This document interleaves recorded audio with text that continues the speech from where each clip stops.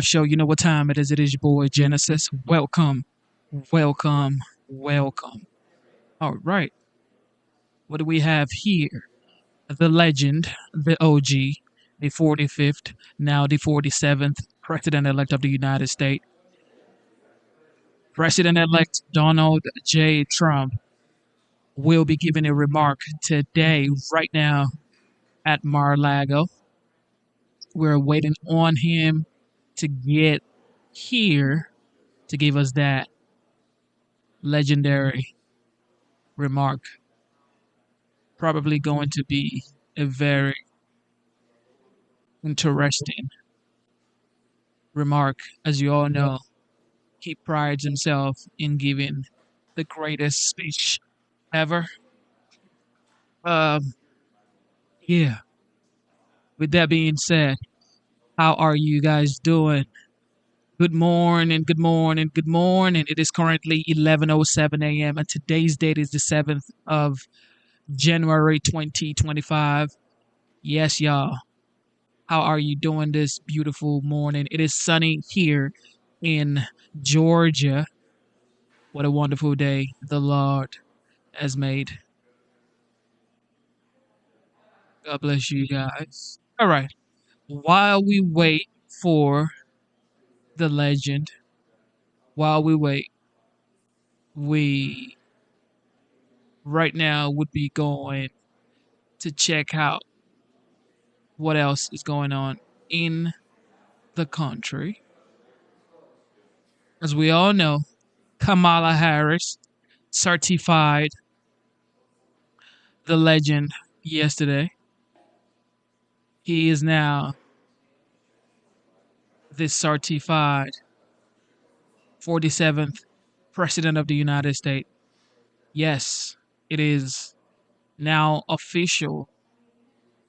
The legend is the 47th. All right, we're going to come back here. Do we wait here? Do you guys want to wait here or you want to check out other stories? I feel like we should wait here and watch him walk in because I don't want us to miss anything. I don't want us to miss any aspect of the speech right here. It was supposed to come on at 11 a.m. However,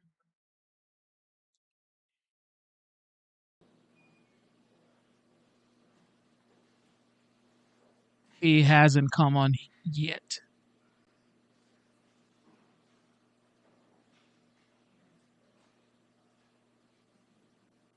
Right.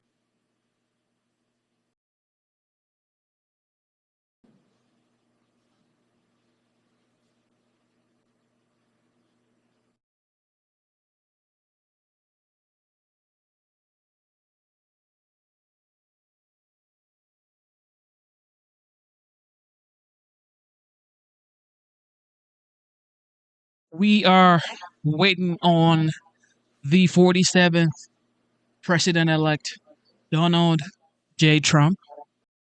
And we are here expecting the OG to come out here and let us know what's going on. He probably wants to tell us how grateful or how wonderful it feels to be the 47th and Kamala Harris certifying his win for sure.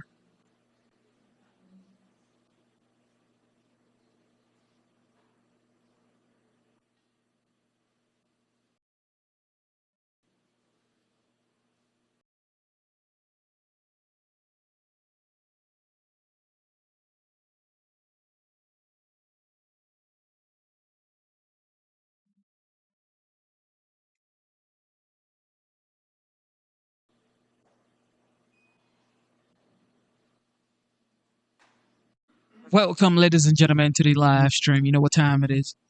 It is your boy Genesis. We are here waiting on the 47th, formerly known as the 45th President of the United States, now the 47th President elect of the United States.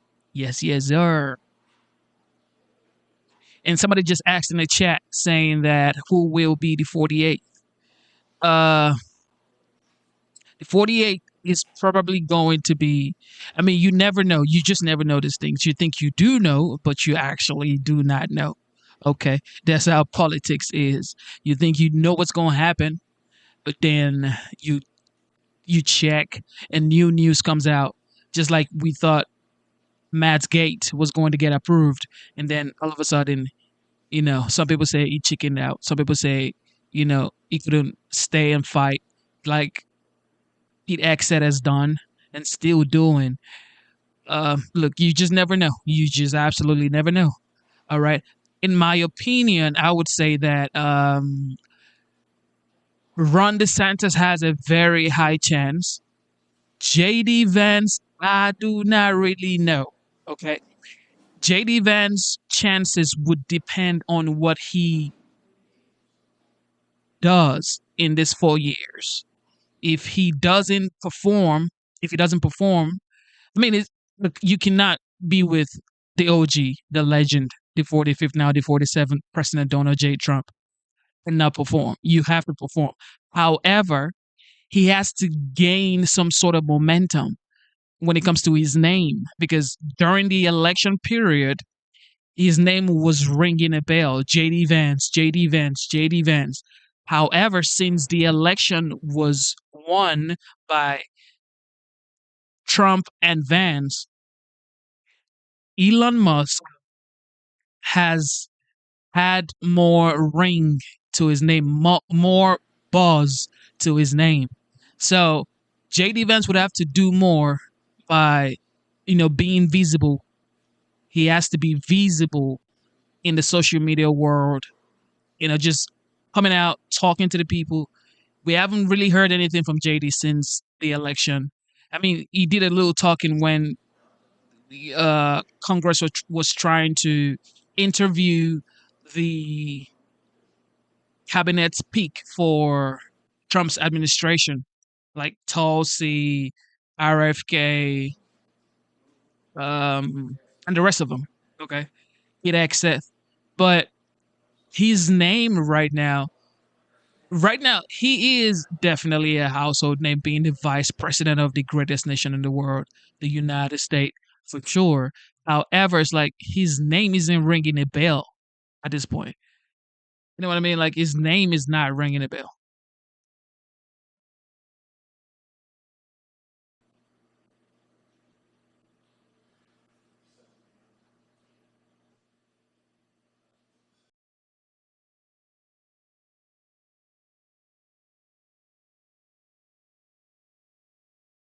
So, and you would be surprised.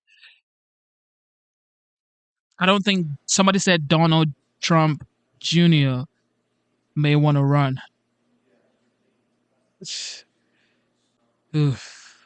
I don't know, man. I don't think he should, but if he wants to, absolutely wonderful. He should be ready to get investigated because if you're trying to run for the United States president, you will be investigated a lot. And any dirt that they find on you, you would have to be able to water the storm, okay? Or weather the storm. You would have to be able to weather the storm. So Donald Trump Jr. being the next president of the United States, I don't see it. I don't see it. However, anything can happen. This is the United States.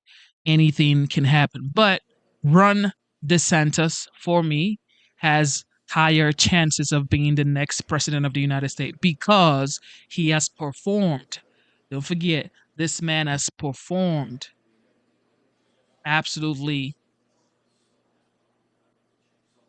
great in Florida.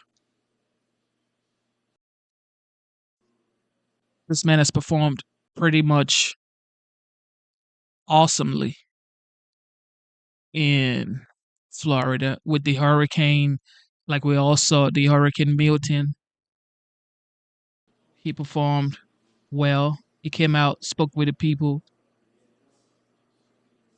and he's been very capable. He's been very capable.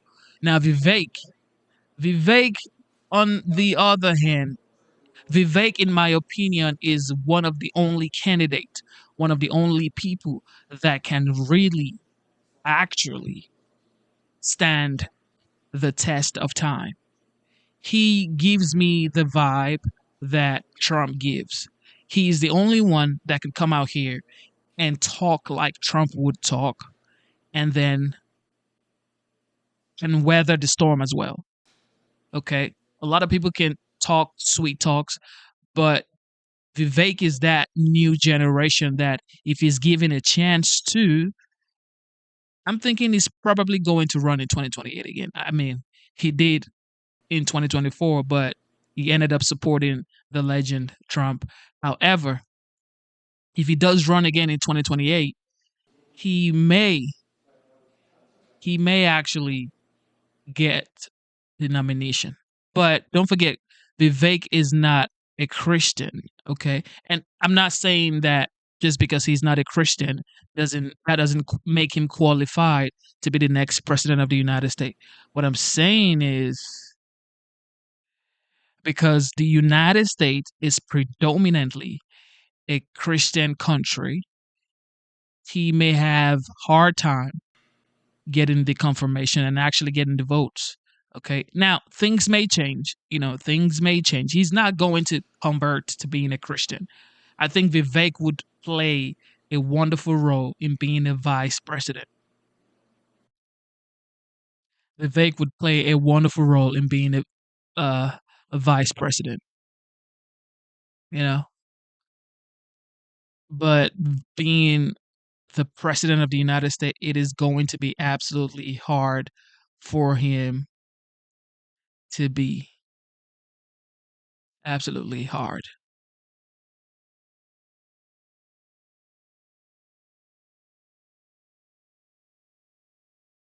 Yeah, Vivek is logical, but don't forget you have to get the vote.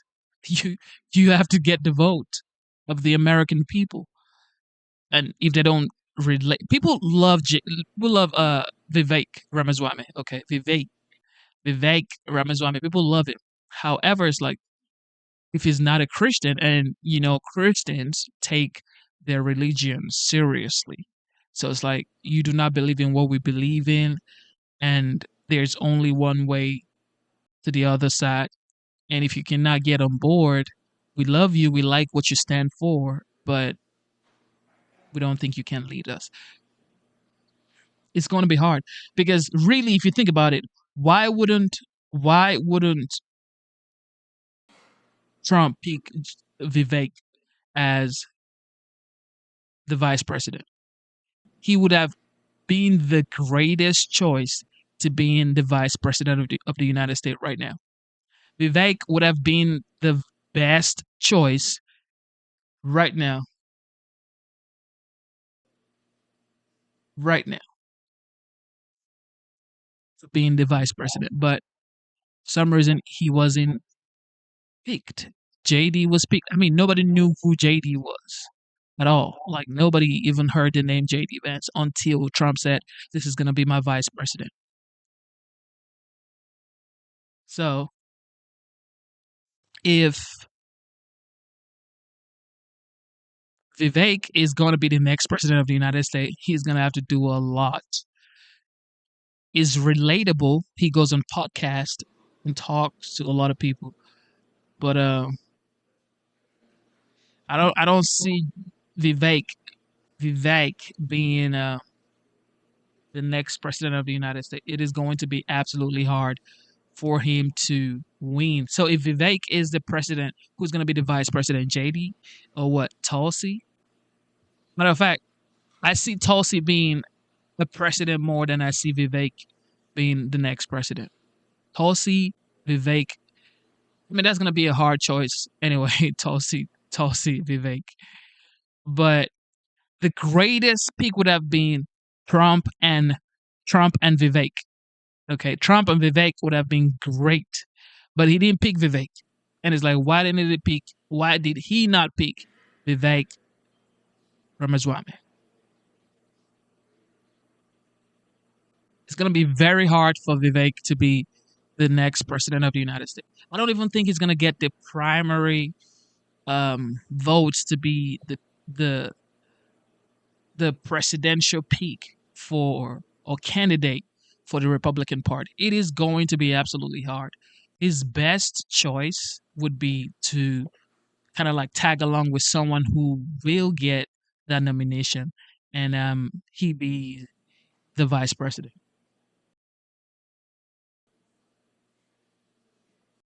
So for everybody just tuning in right now, asking where is the OG, the legend, the 45th, now the 47th?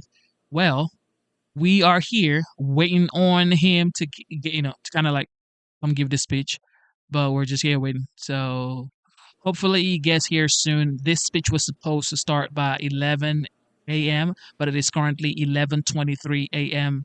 I am in the eastern zone of the United States, Atlanta, Georgia. Today is the 7th of January 2025. Double tap your screen, subscribe to the channel, and let's wait for the legend.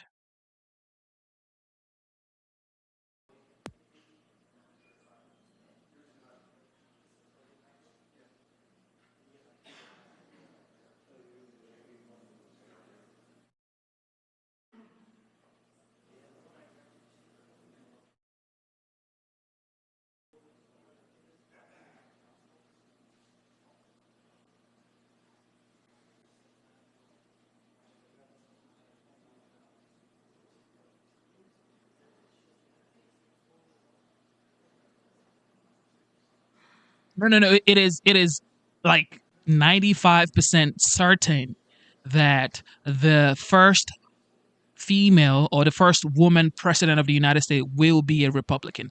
It's almost for sure. And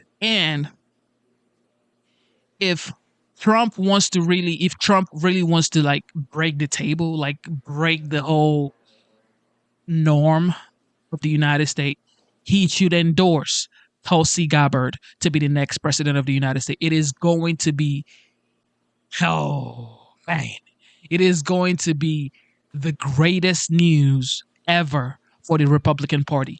And then the fact that she's actually capable, because now if she's been confirmed for the director of national intelligence,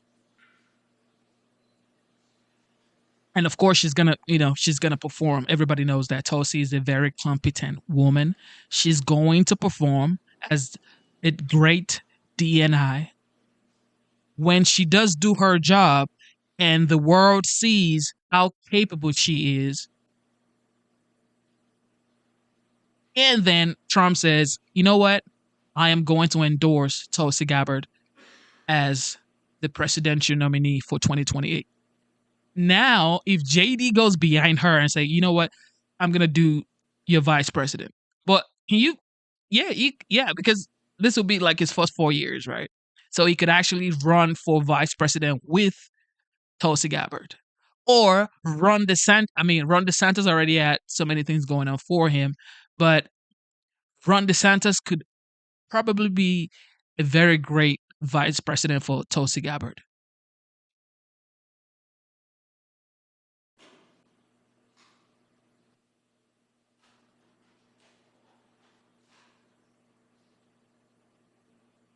Next in for Kamala, I see a lot of people in the chat talking about Kamala Harris. So, female soldier, female of color, age, intelligent, Republican. For Kamala Harris. Oh, that's the OG. The OG is here, ladies and gentlemen. The OG is here. The 45th now, the 47th. Let's have a good time, ladies and gentlemen. Tune in. Thank you very much. It's an honor to be with you. Many things are happening that are exciting, very exciting for our country. And we're honored to welcome one of the most respected business leaders in the Middle East, indeed the world. He's a founder and chairman of DeMac Properties, Hussein Sejwani, very respected gentleman. And I'm thrilled to announce today that DMAC will be investing at least $20 billion over a very short period of time into the United States, and they may go double or even somewhat more than double that amount of money. It's a great thing, and I believe he will say that he's doing it because of the fact that he was very inspired by the election. They wouldn't do it without that election, I can tell you. A lot of people wouldn't. You saw last week where we have somebody who's going to go from 100 to $200 billion. And we have many other people, and we'll be bringing some of them out. Some of them like to do it somewhat more quietly, and some don't. And they feel so strongly about the country that they want to let people know about it. But it's an honor to have such a great investor investing in our country. The investment will support massive new data centers across the Midwest, the Sun Belt area, and also to keep America on the cutting edge of technology and artificial intelligence. He's very big into the data centers, and that's going to be a very hot item in the coming years, as you know, with AI. In particular, the first phase of the project will be in Texas, Arizona, Oklahoma, Louisiana, Ohio, Illinois, Michigan, and Indiana, those places. And Hussein, I'd love you to come up and say a few words. Thank you very much. Thank you. Thank you. Thank you, Mr. President. It's been amazing news for me and my family when he was elected in November. We've been waiting 4 years to increase our investments in U.S. to a very large amount of money. We are a company operating in more than 20 countries around the world. We have delivered more than 45,000 luxury units and another 45,000 in the pipeline. In data center, we are in 10 countries around the world, in Asia, Europe, and Middle East. And we're very, very excited now with his leadership and his open strategy and policy to encourage businesses to come to U.S. For the last 4 years, we've been waiting for this moment. And we're planning to invest $20 billion and even more than that if the opportunity in the market allow us.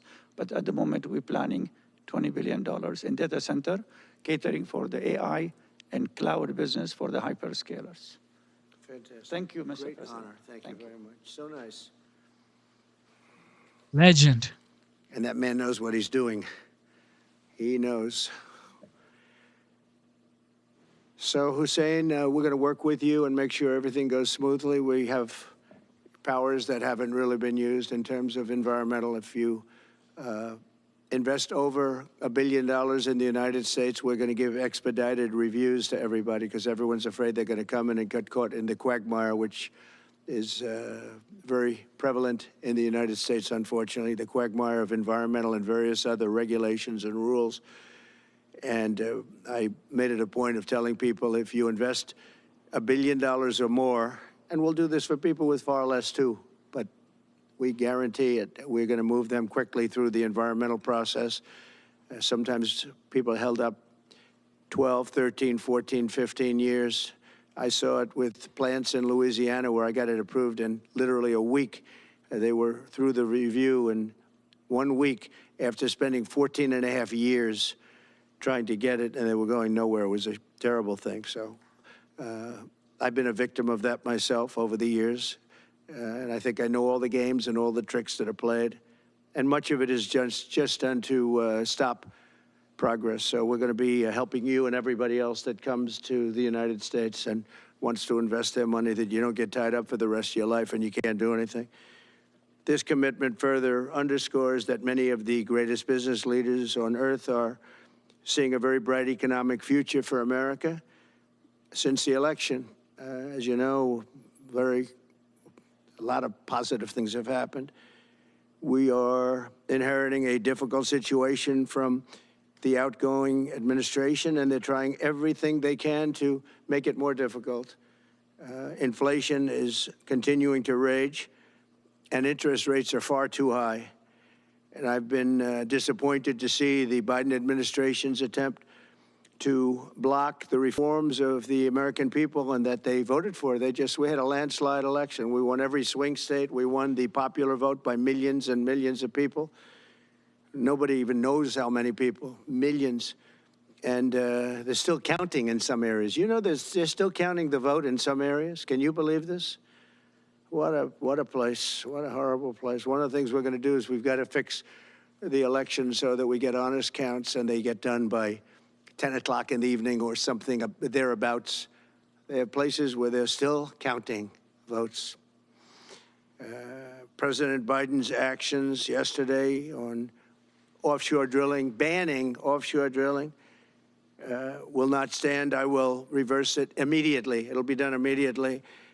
And we will drill, baby, drill. And we're going to be drilling in a lot of other locations. And the energy costs are going to come way down. They'll be brought down to a very low level. And that's going to bring everything else down. That's what caused it to go up, along with the ridiculous spending on the Green New scam. All this money, trillions of dollars. It's like throwing it right out the window, what they're doing. And they're trying to spend so much now. They're just taking money and giving it to anybody that wants it for any project at all, if it's certified under the Green New scam. And they don't work, and it's too expensive. And, you know, they told me that we're going to do everything possible to make this transition to the new administration very smooth. It's not smooth because they're doing that. They're playing with the courts, as you know. They've been playing with the courts for 4 years, probably got me more votes because I got the highest number of votes ever gotten by a Republican, by far, actually, by a lot. And, you know, we had a great election, so I guess it didn't work. But even to this day, they're playing with the courts. They have their friendly judges that like to try and make everybody happy on the Democrat side. It's called lawfare. It's called weaponization of justice, and it's happened at a level nobody's ever seen before. So many. I defeated deranged Jack Smith. He's a deranged individual. I guess he's on his way back to The Hague. And we won those cases. Those were the biggest ones. And the press made such a big deal out of them, but we did nothing wrong. We did nothing wrong on anything. And the people saw that. You know, when they vote when a Republican, it's not easy for a Republican. When the Republican wins the popular vote by millions and wins all 7 of the swing states, people said, well, he could win 4.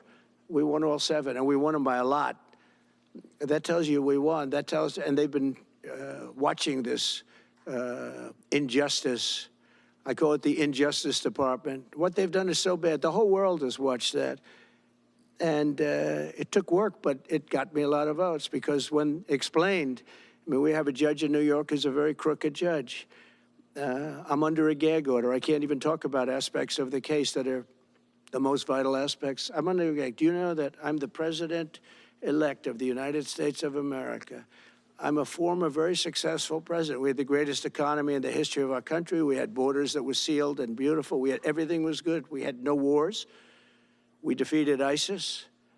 We had no wars. Now I'm going into a world that's burning with Russia and Ukraine, with Israel. You took a look at that attack on October 7th, the attack on Israel, with the horrible way they got out. Not the fact that they got out. I would have been out before them. But we would have been out of Afghanistan with dignity and strength as opposed to looking like a bunch of fools with 13 dead and many, many badly, horrifically injured. Nobody ever talks about them. No arms, no legs. Nobody ever talks about them. The way they got out was outrageous, leaving billions of dollars of brand new military equipment that I bought in the hands of the Afghans and specifically the Taliban. It's the group. And we were doing very well. We would have been out. We would have been respected. I think it's one of the reasons it was so badly handled, that withdrawal where people are jumping onto airplanes, falling off the sides of airplanes when they're 3,000 feet in the air. And nobody's ever seen anything like that, the worst. And because of that, I think Russia went and attacked Ukraine. When they saw that, they said, these guys are incompetent. They don't know what they're doing. But we know what we're doing now. And that's going to all end. And we have a great military. I defeated ISIS, as you know. We were in no wars. I just finished a couple. And we got also our soldiers guarding Syria and Turkey. We're in the middle. We had 5,000 soldiers. They would have been gobbled up with 2 armies.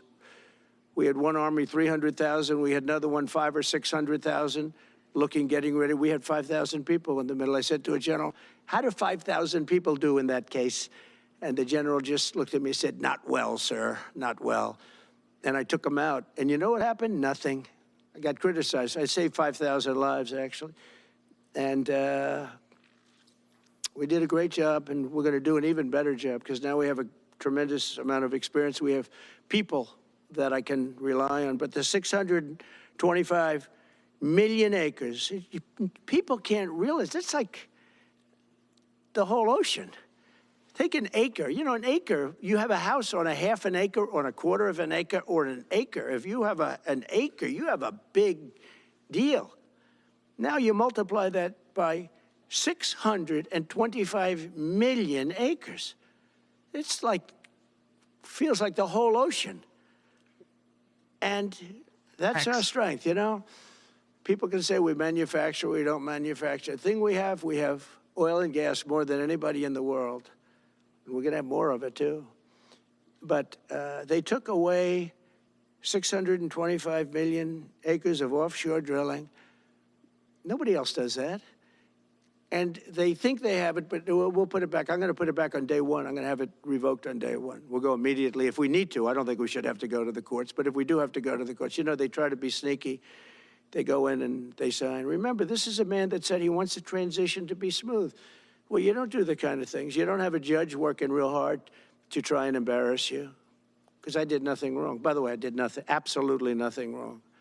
If I did something wrong, I wouldn't be standing here right now because I've won all these cases. Nobody's ever won so many cases as I have against the Justice Department. Exactly. I mean, Jack Smith had cases all over the place. People were being subpoenaed, lives were being ruined. They were spending everything they had, money. We were helping them out. We had to. They were subpoenaing people that had no idea what they were even talking about.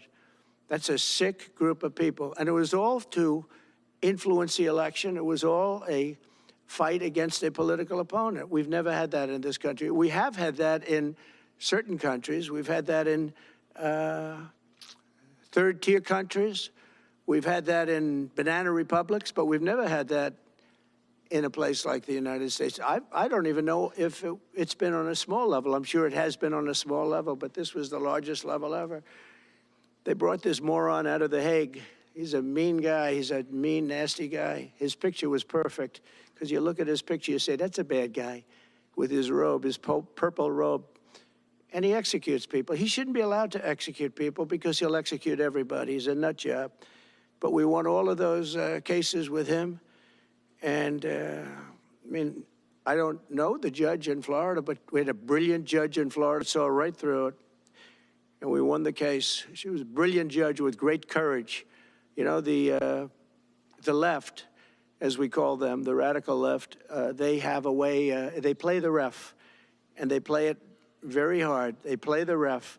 They go and say horrible things about judges and prosecutors. And some judges and prosecutors say, look, the only way I'm going to get these people off my back is to give victory to them. They're playing the ref. I think it's illegal what they do. It's almost like talking. It's worse than talking to a judge. But the judge in Florida, Judge Cannon, was brilliant and tough, and she didn't stand for it. And I don't know her.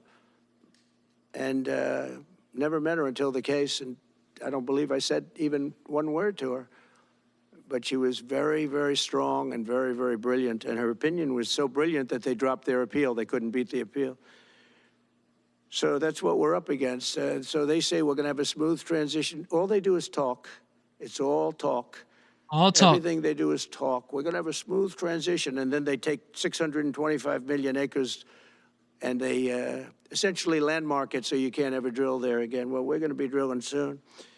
We're going to be opening up Anwar. We're going to be doing all sorts of things that nobody ever thought was even possible. But remember and just to get off the subject, because I couldn't believe it when I heard it yesterday. I couldn't believe the size of it. I mean, you put down a map and put this up. It's just massive. And remember that that's worth probably, I mean, I've had estimates, $40 to $50 trillion. That's more than our national debt. Essentially, he's thrown it away. He's thrown it away. He's taken $50 trillion. So if we owe $35 trillion, He's taken $50 trillion of value and thrown it right out the window. We can't do that. Nobody can do that. One other thing he did yesterday, which was in many ways worse, it's hard to believe it can be worse. He wants all gas heaters out of your homes and apartments. He wants them to be replaced by essentially electric heaters. I don't know what it is with electric. This guy loves electric. We're going to be ending the electric car mandate quickly, by the way. This guy loves electric. And we don't have enough electricity. And then we have AI where we need more. And he wants everybody to have an electric heater instead of a gas heater. Gas heater is much less expensive. The heat is much better. It's a much better heat. As the expression goes, you don't itch. Does anybody have a heater where you go and you're scratching? And that's what they want you to have. They don't want you to have gas where you don't have the problems of the electric. And the source is plentiful. They're much cheaper to operate. They're much better. They work much better. They look much better. 60% of homes and apartments have gas heaters. He wants them all removed quickly. These people are crazy. There's something wrong with them. There's something wrong with them. They also want to go back, and they have already started that, to when you buy a faucet, no water comes out because they want to preserve. Even in areas that have so much water, you don't know what to do. It's called rain. Comes down from heaven. And they want to do, no water comes out of the shower. It goes drip, drip, drip. So what happens, you're in the shower 10 times as long, you know. No water comes out of the faucet. You want to wash your hands. They want to go back to even stronger than what they have right now. As you know, I ended that policy. You can have all the water you want. Makes no difference. It comes weird, especially in certain areas. We have so much water, we don't know what to do with it. But these are all things. They want very, very little water to go into your dishwasher, almost none. And you know what people do? They just keep pressing, pressing, pressing, keep it going. They end up using more water.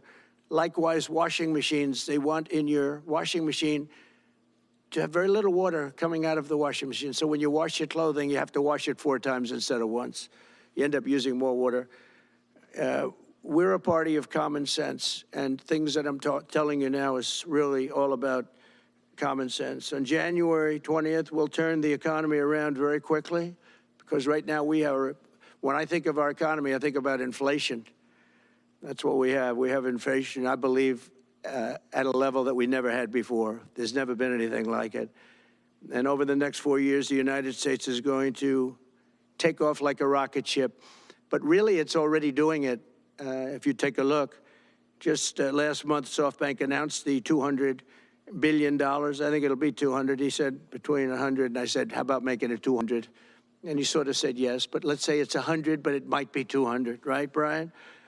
Dollars, United States, creating more than 100,000 jobs. Hussein just announced a tremendous investment that he's going to make, and that's money that's in the bank. He's going to come and do it, and he'll do a great job, and he'll build the best centers in the country, I guarantee, because I know the way he builds. Since my election, the stock market has set records. The S&P 500 index has broken above 6,000 points for the first time ever, never even close. In a single month, small business optimism soared 41 points. It's not a 41. It went up 41 points. And that's the largest in the 39-year history of the group that does it. According to Gallup, the American people's confidence in the economy has just surged to the highest level in history. That's why I have a news conference like that. I take the greatest business leaders in the world. I say, hey, do you want to say you're going to invest the money? They're not looking for news conferences. They're saying, what am I doing here? They go in and they invest money, but it's good to know where the smartest business people in the world are investing, and they're investing in the United States.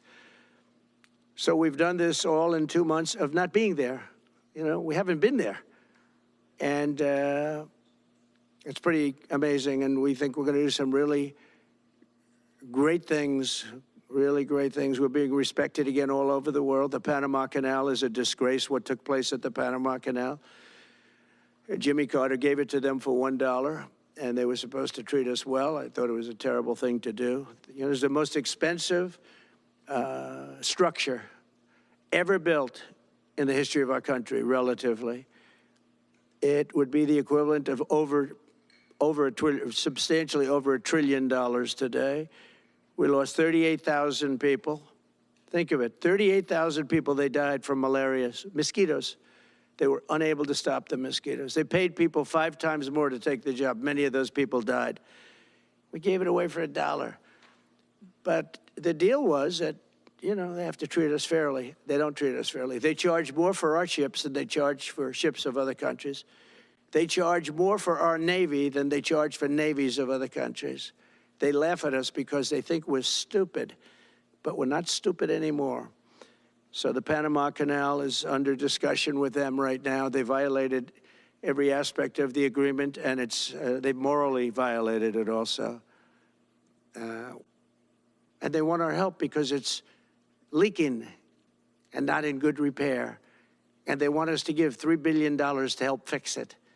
I said, well, why don't you get the money from China? Because China's basically taken it over. China's at both ends of the Panama Canal. China's running the Panama Canal. And they come to see this Biden, this guy who should never have been allowed even to run for president. Of course, she shouldn't have either, because that never happened. I had to be 2 people, not 1. But they want $3 billion to fix the Panama Canal that's run by China and makes a lot of money, China. One of the most profitable structures ever built, because you have ships lined up back to Florida, frankly, and they just keep going through, and the numbers are staggering, $500,000 to $1 million a ship. And they took it away from us, meaning we gave it to them for $1. But not going to happen. What they've done to us, they've charged us, they've overcharged our ships, overcharged our Navy. And then when they need repair money, they come to the United States to put it up. We get nothing. Those days are over. Working with the Republican majorities in Congress, we'll cut taxes, slash regulations, raise wages, and boost incomes at a pace the world has not seen before, and certainly not from our country. We had a big chunk of it for the first 3 years prior to COVID coming in my administration. We had the greatest economy in history. We cut the most regulations in the history of our country, and I did that all in 4 years, by 4 times more than any other president cut. We did that in 4 years, and we were just getting started. We'll impose new tariffs so that the products on our stores will once again be stamped with those beautiful words, made in the USA. And we are not treated well, as you know, by Canada. Canada is subsidized to the tune of about $200 billion a year, plus other things. They don't essentially have a military. They have a very small military. They rely on our military. It's all fine, but, you know, they got to pay for that. It's very unfair. I have so many great friends. One of them is the great one, Wayne Gretzky. I said, run for prime minister, you'll win it'll take 2 seconds. But he said, well, am I going to run for prime minister or governor? You tell me. I said, I don't know, let's make it governor. I like it better. But no, something's going to have to be done. Same thing with Mexico. We have a massive deficit with Mexico, and we help Mexico a lot. They're essentially run by the cartels, and can't let that happen. Mexico's really in trouble, a lot of trouble. Very dangerous place. And we're going to be announcing at a future date pretty soon. We're going to change, because we do most of the work there, and it's ours. We're going to be changing, sort of the opposite of Biden, where he's closing everything up, essentially getting rid of $50 to $60 trillion worth of assets. We're going to be changing the name of the Gulf of Mexico to the Gulf of America, which has a beautiful ring that covers a lot of territory. The Gulf of America, what a beautiful name. And it's appropriate. It's appropriate. And Mexico has to stop allowing millions of people to pour into our country. They can stop them. And we're going to put very serious tariffs on Mexico and Canada, because Canada, they come through Canada too. And the drugs that are coming through are at record numbers, record numbers. So we're going to make up for that by putting tariffs on Mexico and Canada, substantial tariffs. And we want to get along with everybody, but, you know, they have to, it takes 2 to tango. we're approaching the dawn of America's golden age. It's going to be a golden age for America. We have things that nobody else has. We have more natural resources. We have, number Facts. one, nobody knew that Facts. until I came along. I made us number one. We were number three. I made us number one in a very short period of time in drilling. And you know, you can talk about windmills. They litter our country. They're littered all over our country, like dropping paper, like dropping garbage in a field. And that's what happens to them, because in a period of time, they turn to garbage. Most expensive energy ever. They only work if you get subsidy. The only people that want them are the people that are getting rich off windmills, getting massive subsidies from the U.S. government. And it's the most expensive energy there is. It's many, many times more expensive than clean natural gas. So we're going to try and have a policy where no windmills are being built. You know, off the coast of New Jersey, they want to build like 200 windmills. The people are going crazy. Nobody wants them, and they're very expensive. They don't work without subsidy. You don't want energy that needs subsidy. Energy is a good business. You don't need subsidy. But when you build these massive towers, and they're 25 stories tall, 40 stories. They have one 70 stories tall. The blades, they take 3 ships to ship them. It's crazy. They're dangerous. You see what's happening up in the Massachusetts area with the whales, where they had 2 whales wash ashore in, I think, a 17-year period. And now they had 14 this season. The windmills are driving the whales crazy, obviously. And they had actually over, I think, 125 or something over a number of years. And we don't want that to happen. It's a disaster it's amazing the way a true environmentalist would say, oh, we love wind. It sounds good, but that's about where it ends. You know, after 10 years, you have to redo them. And what happens is they don't do that. They let them stand and they rust, and they say, because of the environment, I'm not a believer in this, but they say you can't, because it's a certain fiberglass, that the blades cannot be buried in earth, that's an environment. So what do you do with them? What do you do with them? And I don't know if you've ever gone to Palm Springs, California, or any of these places where you have long-term windmills standing. They're a disaster. They're rusting, rotting, closed, falling down. This is as you enter Palm Springs. And they put new ones next to them because nobody wants to take them down, because why should they take them down? It's very expensive to take them down, and you can't do anything with them because the blades, you can't bury them because of the environmental protection. We'll look at that. Doesn't make sense, but that's what they say. So we are at the beginning of a great, beautiful golden age of business. And I think we're also at a golden age of common sense, because everything I'm saying to you, from a simple water faucet that doesn't allow water to come out appropriately, to all of the other elements of what we do and what we're going to do, to take $50 to $60 trillion off our country's balance sheet because some man that has no idea what he's doing, has no idea. You know it, I know it, the Democrats know it. What they did is a crime by allowing that to happen.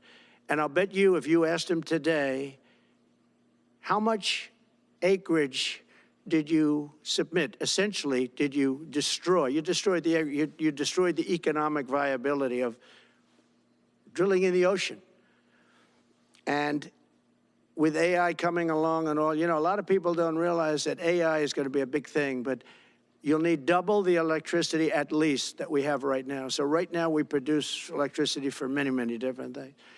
AI is a very big deal in terms of the future. China is already building electric facilities, big, bold electric facilities. And you know how they're being fired up? With coal. They're being fired up with coal. And we're going to build bigger and better ones. People like Hussein that are doing the same thing as he is. I'll bet they don't do it as well, because I know how he does it, but they're doing a lot of things. The problem is they can't get their permits, because I say build the plant with the building. So with the structure, build the plant, because if you go into the grids are old. So they said, that's a great idea. In other words, build your electric facility alongside of your plant. And you could have extra output if you want, because once you build it, you can make it larger pretty inexpensively. You could have extra output, which you'll sell to the public, but build it with the plant, and people are loving that idea. So we're going to have a lot of fun making America great again, and it's going to happen, I think, very, very quickly. It's already happened. So I would say this, and this has been pretty openly reported by the news. There's never been anything like what's happened in the list since we won the election. A couple of months since we won the election, the whole perception of the whole world is different. People from other countries have called me. They say, thank you, thank you. The perception of the whole world is different. We're going to have to settle some big problems that are going on right now. We're going to have to settle up with Russia, Ukraine. That's a disaster. I look at numbers every week, the number of people being killed in that war. People don't know, mostly soldiers now. But the towns have been obliterated. This was a Biden fiasco that that should have never happened. If we had a real president, if we had a president that knew what he was doing, Russia would have never, ever gone in. But they did go in, and we have a mess. The cities are all blown up. The people have largely left. And the soldiers are killing each other at levels that haven't been seen since the Second World War. So we'll have to get that one straightened out, too. That's a tough one. Much tougher than it would have been before it started, I can tell you that. A deal could have been made just by an average deal maker. Deal could have been made on that. So thank you all for coming. We'll take a couple of questions. Yeah. Go ahead, please. President, thank you. Wanted to touch on the world on fire that you mentioned, but let's start, if we could, with your references to Greenland and the Panama Canal, so forth. Can you assure the world that as you try to get control of these areas, you are not going to use military or economic coercion? No. And can you tell us a little bit about what your plan is? Are we going to use whatever? Are you going to negotiate a new treaty? Are you Man, we're going to use what we're going going to use. Canadians to hold the vote? What is the strategy? Yeah, And then I if can't that's assure you, you're talking about Panama and Greenland. No, I can't assure you on either of those two. But I can say this, we need them for economic security. The Panama Canal was built for our military. military or I'm not going to commit to that now. It might be that you'll have to do something. Look, the Panama Canal is vital to our country. It's being operated by China. China. And we gave the Panama Canal to Panama. We didn't give it to China. And they've abused it. They've abused that gift. It should have never been made, by the way. Giving the Panama Canal is why Jimmy Carter lost the election, in my opinion, more so maybe than the hostages. The hostages were a big deal. But if you remember, and nobody wants to talk about the Panama Canal now because, you know, it's inappropriate, I guess, but because it's a bad part of the Carter legacy. But he was a good man. Look, he was a good man. I knew him a little bit, and he was a very fine person, but that was a big mistake. Giving the Panama Canal to Panama was a very big mistake. We lost 38,000 people. It cost us the equivalent of $1 trillion, maybe more than that. Probably the most expensive, they say it was the most expensive structure, if we call it a structure, which I guess you can, ever built. And giving that away was a horrible thing. And I believe that's why Jimmy Carter lost the election, even more so than the hostages. Those two things. If I could just follow up on Ukraine and Iran, the two negotiations you'll be heading into. On Ukraine, you said just before it's a lot more complicated now. Much more complicated. Do you believe... Because it would have never started. Right, but it has started. You've Well, got, not only started, the cities are largely knocked down. So they're you've got like, what you've got. At this point, to hold on to leverage in dealing with President Putin, would you make a commitment to the Ukrainians that you will keep supporting them during the negotiations? well, I wouldn't tell you And if would that you- were and the would you case. make a commitment Exactly. to Who provide are a you? security guarantee if they do enter into an armistice or a ceasefire Yeah. along the lines that the French and the Germans? So, you know, a big part of the problem was Russia for many, many years, long before Putin said you could never have NATO involved with Ukraine. Now, they've said that. That's been, like, written in stone. And somewhere along the line, Biden said, no, they should be able to join NATO. Well, then Russia has somebody right on their doorstep, and I could understand their feeling about that. But there were a lot of mistakes made in that negotiation. And when I heard the way that Biden was negotiating, I said, you're going to end up in a war. And it turned out to be a very bad war. And it could escalate. That war could escalate to be much worse than it is right now. They can never join NATO. Well, my view is that it was always understood. In fact, I believe that they had a deal, and then Biden broke it. They had a deal which would have been a satisfactory deal to Ukraine and everybody else, but that Biden said, no, you have to be able to join NATO. And that's always been, and nobody knows more about NATO than I. You know, years ago when I first started this, I didn't know too much about NATO, but I got it right anyway.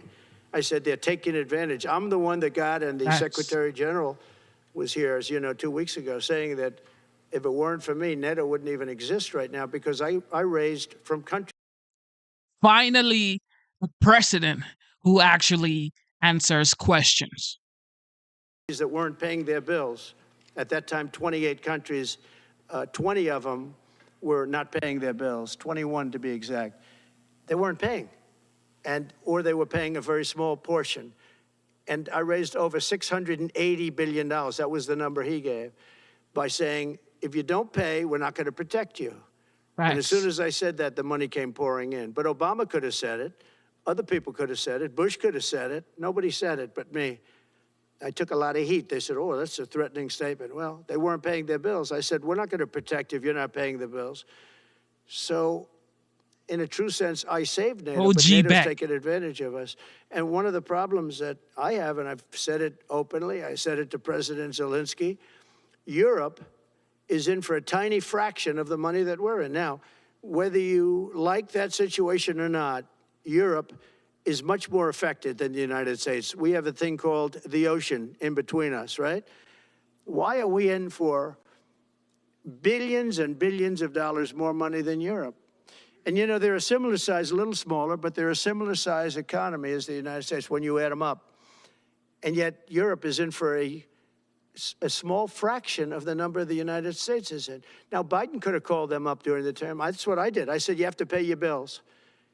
And they all, one stood up. I won't say who. You'll probably have it because the papers, the media hated to report on it. But a prime minister stood up from a country, you know, a famous meeting of 28 nations with no press, no anybody in the room. He stood up. He says, does that mean if we don't pay our bill, and at that point it was 2%, it should be 5%. It should be 5%, not 2%. But at that point it was 2%, but many people didn't pay. Some people didn't pay anything. But many people were way, including Germany. Germany was at less than 1%. You're going to press for 5%? Well, I think NATO should have 5%, yeah. Well, you can't do it at 2%. I mean, at 2%, every country, if you're going to have a country in a regular military, you're at 4%. I think they should be, you know, they're in dangerous territory. I think it should be, they can all afford it, but they should be at 5%, not 2%. I'm the one that got them to pay 2%. But a gentleman stood up, a prime minister stood up, and he said to me, sir, could I ask you a question? You're saying we have to pay our bills. If we don't pay our bills, will the United States protect us from Russia? I said, if you don't pay, you mean you're delinquent? He said, yes. He said, if you're delinquent, we will not protect you. I took a lot of heat. Although it was somewhat closed door, I took a lot of heat from the media. And you know what happened? The money started pouring in. That's why NATO has money. And the Secretary General said it was the most incredible thing he had ever seen in a negotiation. Now, if I would have said, yes, we will, nobody would have paid. If I would have loved to say, yes, we'll protect you even if you don't pay. But that's not the way life works. Mr. President, two questions related to each other. First, you said on your first day of office, you're going to pardon January 6th defendants. Are you planning to pardon those who were charged with violent Here we go. offenses? Well, we're looking at it, and we have other people in there. And as you see, I guess 24 or 28 people came now from the FBI. That came out very quietly. Nobody reported it, but they had people in some form related to the FBI. They had 4 or 5 people that were strongly related to the FBI. We have to find out about that. We have to find out about Hezbollah. We have to find out about who exactly was in that whole thing, because people that did some bad things were not prosecuted. You know, I see it all the time, and you see it too. People that were doing some bad things weren't prosecuted, and people that didn't even walk into the building are in jail right now. So we'll be looking at the whole thing, but I'll be making major pardons. Yes, please. Please. On Jack Smith's report. Good afternoon, Mr. President. It's good to see you again. 2 questions about Syria and the ongoing war in Gaza. About Syria, the Pentagon disclosed last month the U.S. has some 2,000 troops in Syria. That's almost double the number initially we were told of 900. Will you keep that troop capacity the same upon taking over? Well, I won't tell you that because that's part of a military strategy, but Exactly. I will say it was Turkey. Turkey's been after that country in different names and different forms and shapes for 2,000 years. Those people that went in are from Turkey. And President Erdogan is a friend of mine. He's a guy I like, respect. I think he respects me also. He's the one that didn't go after certain people after I requested that he not. You know who I'm talking about, the Kurds. I don't know how long that's going to, because they're natural enemies. They hate each other. But he didn't do that yet. And he didn't do it in the past also. He started, and I said, please don't do that, and he didn't do it. So, but if you look at what happened with Syria, Russia was weakened, Iran was weakened, and he's a very smart guy. And he sent his people in there through different forms and different names, and they went in and they took over, and that's the way it is. I'm sorry, I don't mean to interrupt you. Do you have concerns about HTS taking control of By the way, I Syria at this have point? the envoy here. Is that in the back? It is. Standing with my son, Eric, is Steve Witkoff, who's just got back from the Middle East, and he's done a fantastic job. He's a great deal maker. I said, what we need there is a deal maker, because nobody makes a deal. We have people that understand where the rivers are and where the meets and bounds are, but they can't talk. They can't make deals. Steve's done a great job. I just want to thank you, Steve. You've been working endlessly for months, and he's working specifically on the hostages, trying to get them back. Well, that was my second question is Hamas. Steve, come up for a second. Maybe you might want to say a couple of words. Sir, I didn't- Hamas released another hostage I video. didn't know Steve was going to be here, actually. Neither did I. He's done a fantastic job, and it's a dangerous job, too, and we appreciate it. He didn't know about this kind of danger and the other deal-making he does. Now he sees a lot of big danger. Come on up, Steve. Mr. President, can I ask you a second part of that? Hamas Yeah, released just one another second, hostage please. video. I'm going to give you a Hold little report on. on the hostages. Hold if I can. on. Steve? Can you hold on, Thank dog? you very much. Thank you, Mr. President. Wow. Well, I think we're making a lot of progress, and I don't want to say too much because I think they're doing a really good job back in Doha. I'm leaving tomorrow back to go to Doha, but I think that we've had some really great progress, and I'm really hopeful that by the inaugural, we'll have some good things to announce on behalf of the president. I actually believe that we're working in tandem in a really good way, but it's the president, his reputation, the things that he has said that are driving this negotiation, and so hopefully it'll all work out and we'll save some lives.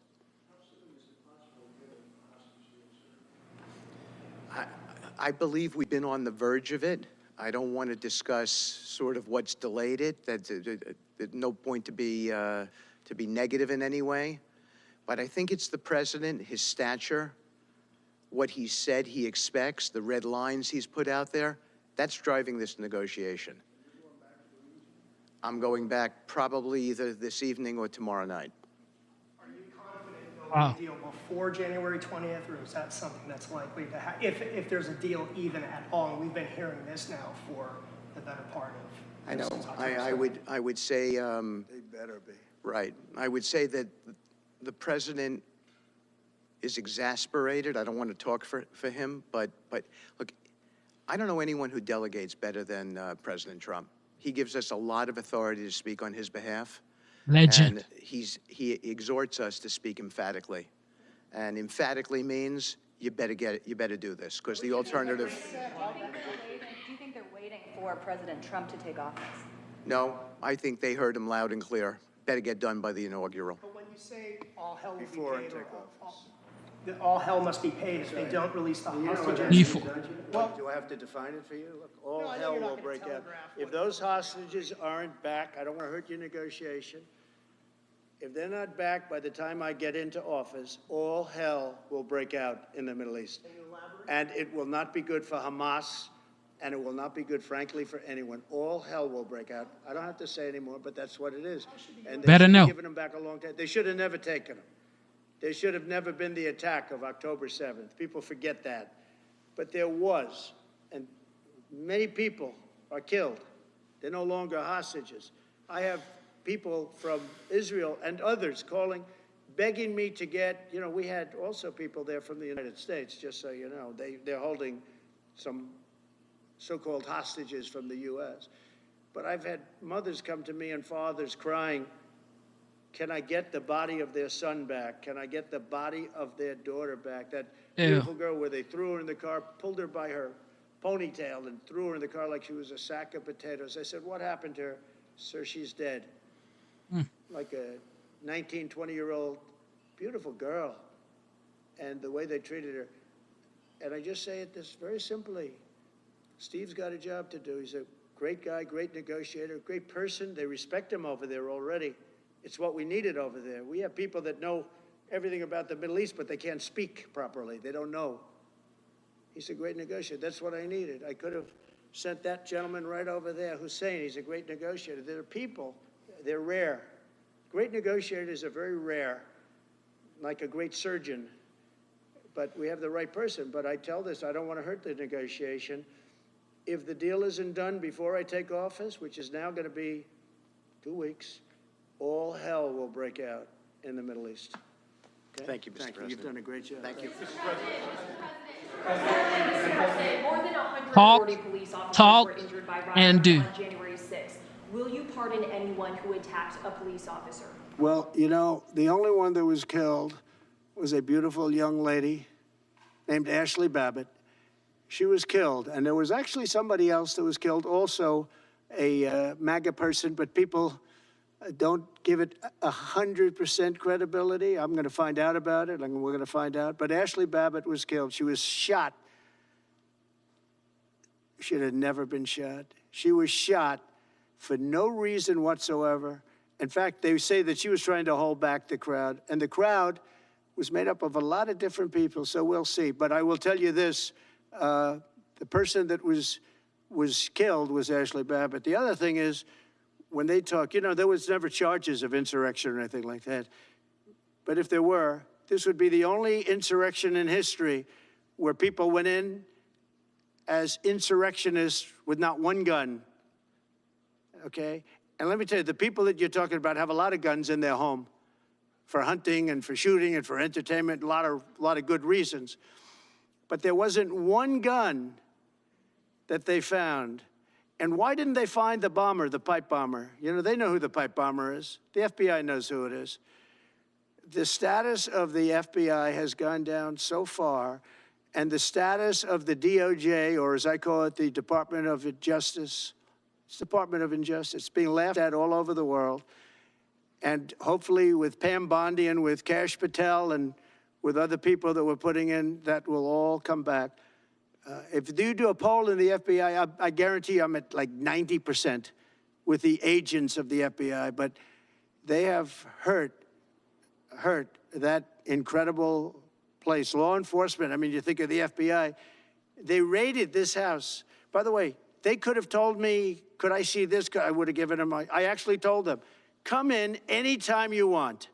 You can see anything. They raided the house, and the case was dismissed. And now I'm in litigation. I'm suing them for doing that.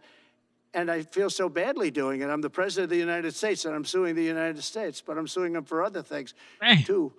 The FBI has gone so, its reputation has been so horribly hurt between Comey, who is the worst, and all of the others. What's happened to the FBI is, and we're going to make it great again. We're going to make the FBI great again. We're going to make the Department of Justice fair and strong, but fair again, because all they did was attack me because I'm their political opponent, and that includes with local judges like Marshawn. You ought to find out. Ask them, why do I have a gag order where I'm not allowed to speak? Think of it. I'm the president of the United States, and I'm not allowed to speak. Why? Because if I did speak, people would understand the scam. It's a scam. And we have very dishonest judges, and New York judges are very bad. We had one that valued this house at $18 million because it was good for their case. He actually valued that chandelier is worth more than $18 million. He valued this house as $18 million. And we have another one who was so nasty, so horrible, such a brute, a most vicious, vile person. These are New York judges. Oh, yeah. This man is the OG. Okay, nobody is compared to the 45th, now the 47th president of the United States, Donald Trump, y'all. This chandelier is worth more than 18 million. But we've won most of the cases, so we're very happy about that. Mr. President, back on Greenland. Your position is clear, but have you directed your staff to take specific actions to Oh draw God. plans? And can you elaborate again? You didn't rule out military coercion. Oh God. Well, we need Greenland for national security purposes. I've been told that for a long time, long before I even ran. I mean, people have been talking about it for a long time. You have approximately 45,000 people there. People really don't even know if Denmark has any legal right to it. But if they do, they should give it up because we need it for national security. That's for the free world. I'm talking about protecting the free world. You look at, you don't even need binoculars. You look outside, you have China ships all over the place. You have Russian ships all over the place. We're not letting that happen.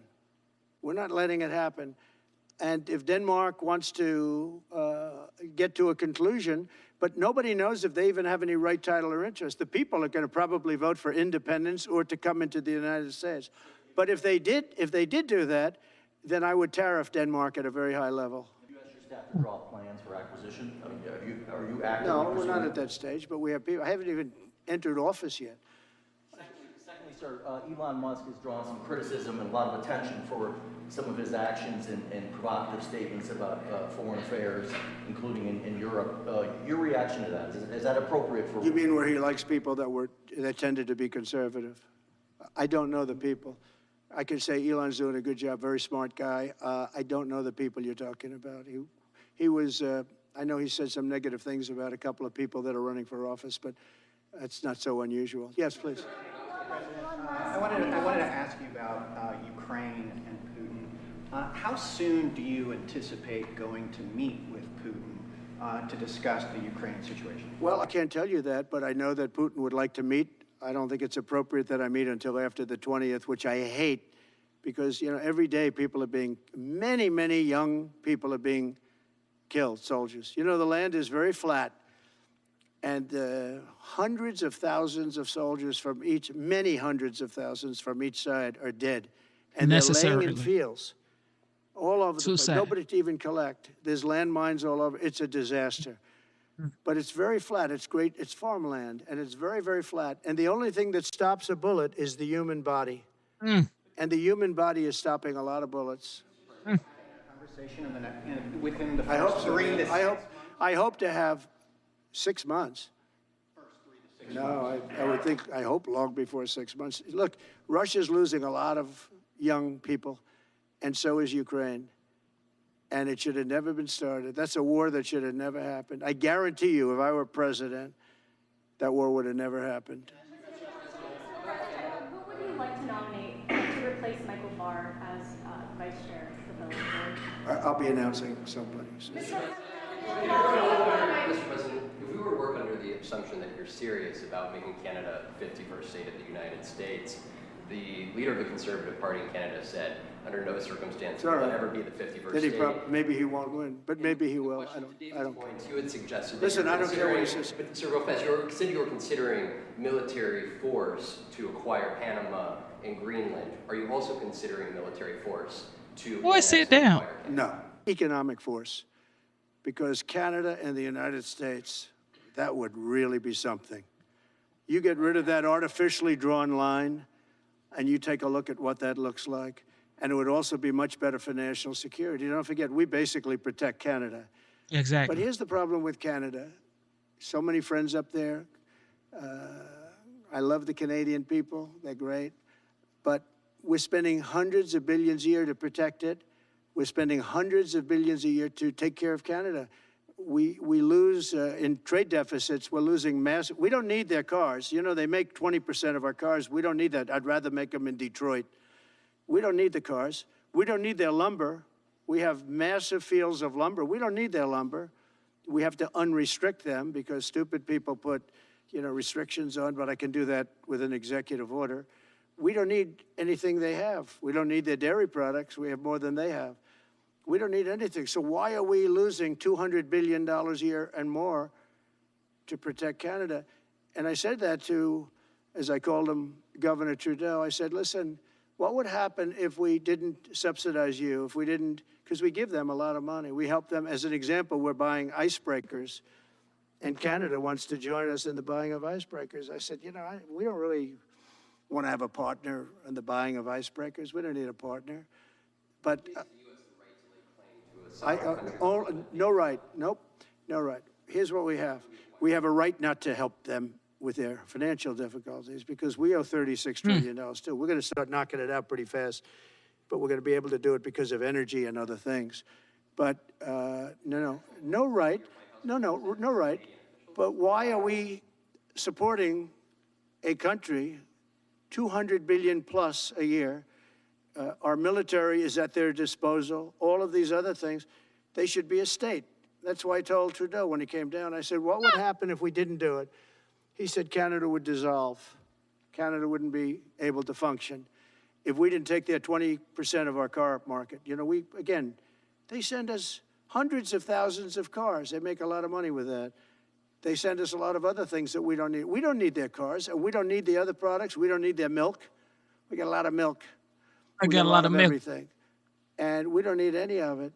So I said to him, well, why are we doing it? He said, I don't really know. He was unable to answer the question, but I can answer it. We're doing it because of habit, and we're doing it because we like our neighbors, and we've been good neighbors, but we can't do it forever, and it's a tremendous amount of money. And why should we have a $200 billion deficit and add on to that many, many other things that we give them in terms of subsidy? And I said, that's okay to have if you're a state. But if you're another country, we don't want to have it. We're not going to have it with European Union either. European Union, we have a trade deficit of $350 billion. They don't take our cars. They don't take our farm product. They don't take anything. And so we're not going to have it with them either. Brian, go ahead. Yes. Happy New Year, Yeah, brother. Brian. Thank you. We have some breaking news. You may not be aware of this, but it looks like Canon has blocked the DOJ from releasing the Smith's report until further court proceedings. Get your thoughts on Wow, that. that's a big story. Yeah.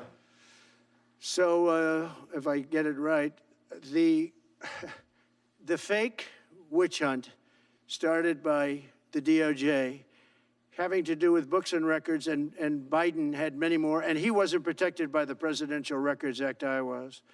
But all of that fake stuff that took the lives of people, I mean, literally destroyed people.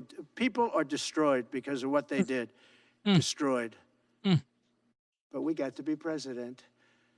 But Biden did it for 40 years. He did it when he was a senator. That was illegal. And they ruled it was illegal. How about that? They said, it's illegal, but he's unfit to stand trial. So he can stand and be president of the United States, but the prosecutor found that he's unfit for trial. I was going to use that as a major talking point, but I never got to use it because all of a sudden I had a new candidate who was also sort of unfit to stand trial, right? Yeah. But so what you're saying is that the judge just blocked the, so Cannon was thrown off the case. They dropped their appeal because he had no case. They dropped all of that, the lawsuits against us. They lost the lawsuit. So this is deranged Jack Smith. So he dropped the lawsuits. He was told to by the DOJ because they had no lawsuit. They lost in court in front of a very strong and a very brilliant judge. They lost in court, and that pertained to other cases in other courts. So he wanted to do a report just before I take office, probably. So he'll do like a 500-page report, and it'll be a fake report, just like the investigation was a fake investigation. And I said, well, wait a minute. This guy was thrown off in disgrace. In disgrace. He's going back to The Hague or wherever they're going to send him. In disgrace. Because he failed so badly. Because it was a fake case against a political opponent. They thought they were going to use this to beat me. So what you're saying is, I'm just hearing that they're not allowed to issue the report. So if they're not allowed to issue the report, that's the way it would be. Because he was thrown off the case in disgrace. Why should he be allowed to write a fake report? It'll only be a fake report. That's great news. Yeah. Good. And if I can just follow up real quickly, you want to comment, many Americans are angry that we're sending millions of dollars every month to the Taliban. Do you anticipate? It's not even believable. Billions of dollars, not millions, billions. We pay billions of dollars to essentially the Taliban, Afghanistan. And that's given by Biden. That's the same man that took away $50 to $60 trillion worth of value from the United States. Think of it, probably our most valuable asset. Took away our most valuable asset. This can't be allowed to happen. We are now a nation of common sense. When he does that, 625 million acres, this can't be allowed to happen. Thank you for the information. Yes, sir. Most other people probably knew about it, but they wouldn't have told me, right? On the campaign trail, you vowed to bring down the prices at grocery stores very fast. Yeah, we won't do it But then fast. you recently told Time Magazine that bringing down prices would be very hard. So what can the American people expect when you get into office? It's always hard to bring down prices when somebody else has screwed something up like they did, but we'll bring them down, we'll get them down. Energy is going to bring down prices. We're going to have a lot of energy, and energy is what brought it up. Energy and their bad spending is what brought it up, and energy is going to bring it down. We're going to have prices down. I think you're going to see some pretty drastic price reductions. As an example, food, bacon, ham, apples, everything has gone through the roof. It's one of the reasons I won. So as you know, and I said it, inflation was one of the reasons I won, but I think the biggest reason I won was the fact that they are allowing prisoners to come into our country. They released their prisoners, their murderers. Thousands of murderers are now walking around the streets of our cities and farmland all over. Murders, people that have killed. Many, 32% have killed more than one person. They released them from their jails, their prisons, and their mental institutions and insane asylums into our country. I believe that's the reason we got such a large vote. All right, maybe one or two more questions. Yeah, please, go ahead. Go ahead, you go. So can you, President Carter is laying in state today in Washington. You had some harsh words for him about the Panama Canal. Is there any disconnect there? Do you feel a little bit bad about doing that on this day? No, I liked him as a man. I disagreed with his policy. So, hey, he thought giving away the Panama Canal was a good thing. I think it cost him the election. That and the hostages. I actually think that was a bigger factor because that's a deal that just should not have been made. But again, this was a question that was asked of me. I didn't bring it up. I didn't want to bring up the Panama Canal because of Jimmy Carter's death. But people don't bring it up. But, you know, you and other people have asked me about it. No, it's a deal that I was very strongly against. I was a young guy when this took place. But just why would we spend all of that money, lose 38,000 people to malaria, the mosquito? They were dying. It was horrible what was happening. They paid them 4 times more than they would make in the United States, but they know they were going to go over there and die. And they died in the jungles of malaria. There was nothing we could do to stop it, 38,000. And then we gave it away for $1. Now getting your agenda through Congress, you appeared to open the door in your radio interview yesterday for a 2-bill approach. Is it still your preference for one big, beautiful bill, as you have said? Well, I like one big, beautiful bill, and I always have, I always will. But if 2 is more certain, it does go a little bit quicker because you can do the immigration stuff early. Now, you have to understand, for immigration and for the wall, we won the case on the wall. You know, they tried to sell the wall for 5 cents on the dollar, by the way. And we had, fortunately, a judge that stopped that. But they were already discarding the wall. And 5 cents on the dollar. And you know what they were doing? They were calling us up and saying, we'll sell it back to you at 200 cents. In other words, double what we paid for it. So they were going to buy it from this guy for 5 cents on the dollar. They were making deals. And fortunately, we had a very smart judge that stopped it cold. I think he called for an investigation, too, and he should. But think of it. They were selling the wall. That was exactly the wall that the Border Patrol wanted. That was designed by them. Steel, concrete, rebar, exactly as they want. Very, very heavy steel, very powerful steel, hard to cut. Very, very heavy 7,000-pound concrete, which is a very strong concrete. Everything was top of the line. Very expensive. Would be double what we paid for it then, 6 years ago. But let me just tell you, they were selling it for 5 cents on the dollar to people, and those people were calling us, asking us to pay them 200 cents because it's a good deal because we can have it immediately. And you know what immediately is? Just leave it in place. No, the papers haven't written that, though. You understand? That deal is like all the other things that these people do. These people either hate our country or they're very stupid. And I don't believe they're stupid, because nobody can cheat on elections like they cheat and be stupid. They either hate our country or they're stupid.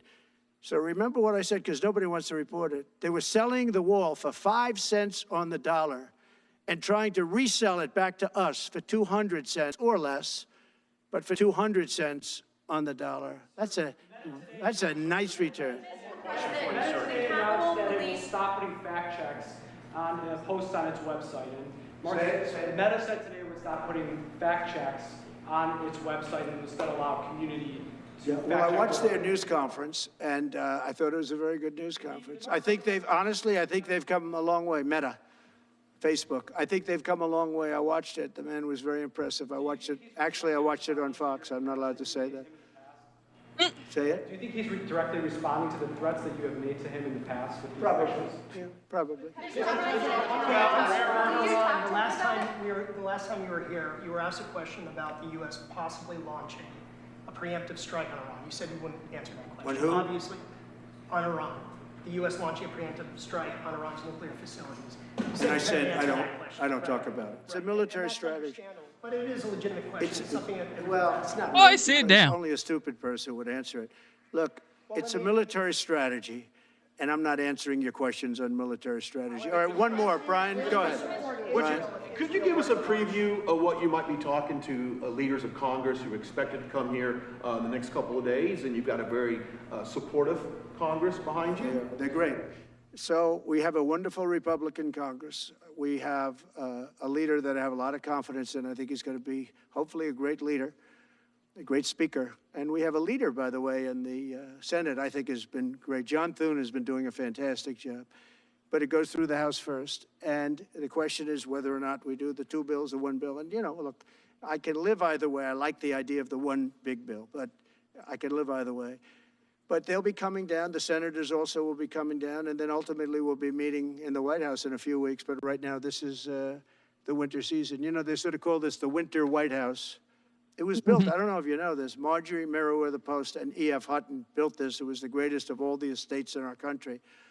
And I saved it, and I got a lot of credit for saving it. Most of these big, great houses have been knocked down in Palm Beach, just about all of them, actually. And they, you'd build 10 mansions on one site, but we saved it. But this was built as the Southern White House, and she gave it to the government. And, by the way, Jimmy Carter gave it back. He said it's too expensive for the United States. So I didn't realize that.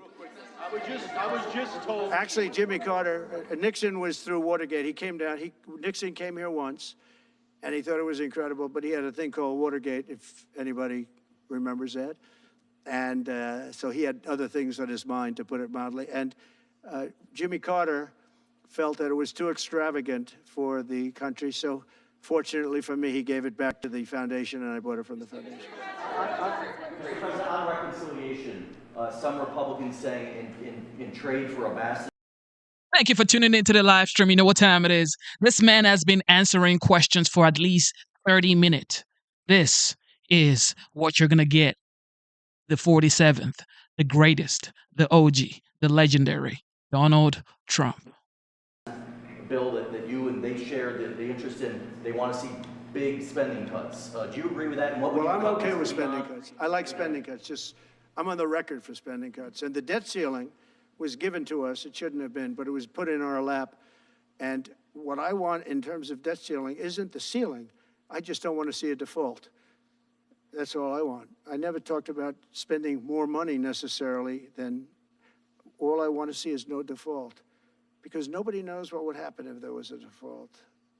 It could be 1929 and it could be nothing, but that was put into our lap, and it shouldn't have been, but it was, and so we'll handle it. But debt ceiling is not about raising a lot of money. It's really just about extending it. I just want to see an extension. On immigration, how much can you do by executive order? Are you planning to do on executive order when it comes to immigration? And how much do you want Congress to tackle this issue? And also on day one, Well, I had the what safest executive border orders are in the you history of our planning? country by far. You remember the famous chart that I brought down. I love that chart very much for a lot of reasons. But I have the safest border by far, in the history of our country. And when I took it over, it was a mess. Nothing like it is now. This is 10 times worse. I got elected because of the border the first time, and I think I got elected largely because of the border the third time. And the second time, I did equally well. Well, not as well as the last time, but I did very well. And I will say, this was too big to rig. You know the expression? Too big to rig. They couldn't do it. They tried, but they couldn't do it. I didn't get very much from Congress at all. I just said that we're being invaded, and I took the money out of the military. Much of the wall, I built over 500 miles of wall. Much of that wall was built through money that I put into the military. We took it out because we couldn't get things from Congress in those days, and we took it out.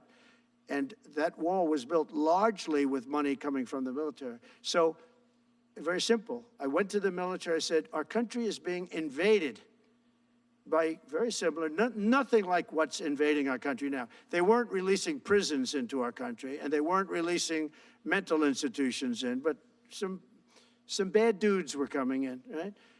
And I said, our country is being invaded.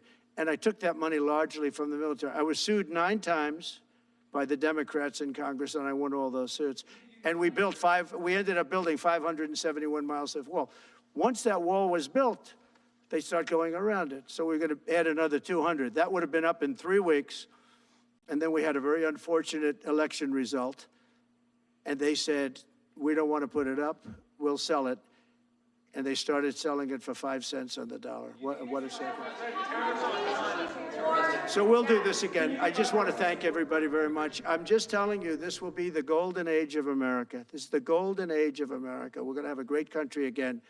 We're a country right now under siege. We have so many different problems, and nobody respects us overseas, but now they do. The Italian prime minister, as you know, came here the other night, just flew in and flew out. She wanted to see me. And great respect is being shown. When I went to the cathedral in France, great respect was shown by the prime minister, the president, by everybody. France was, and by the way, I have to say they did a great job in the cathedral. But great respect is being shown to our country again. And we have a great country, but we have to run it properly. It's going to be run properly. We want to get back those hostages for Israel and for us. You know, we do have people that are hostages being held. And I'll just say it again. If this deal's not done with the people representing our nation, by the time I get to office, all hell is going to break out. Thank you very much. Ukraine-Russia war before you take office? Can you clarify what you mean by military force in the Panama Canal? Girl, sit down. Ladies and gentlemen, thank you for tuning in to the live show. You know what time it is. It is your boy, Genesis. You just heard from the legendary, the 45th, now the 47th President of the United States, the President-elect, Donald J. Trump.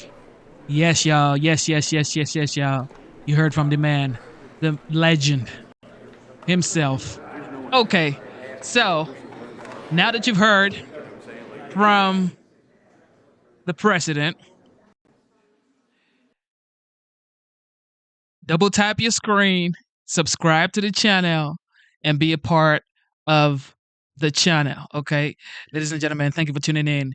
You guys are the best. Instead of looking for perfection, seek for consistency. Never give up on yourself. Never give up on your dreams. Never give up on God. Believe in yourself. Believe in your dreams and believe in God. I love you guys. Thank you to the military. Thank you to the military vets. And keep punching, man. Keep punching. I love you. Genesis is signing out.